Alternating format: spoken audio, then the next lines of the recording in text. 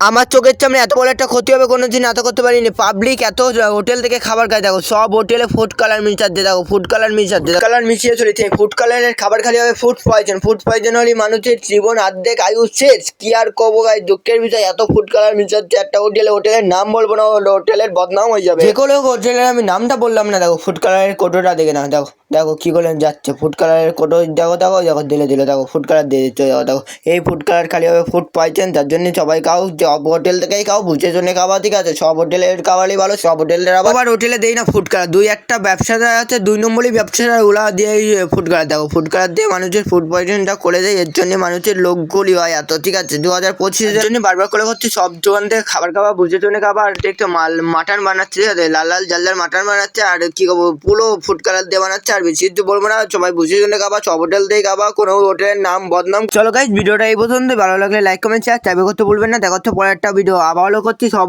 হোটেলটা food colour মিশাই না, সব দোকান দিয়ে খাও।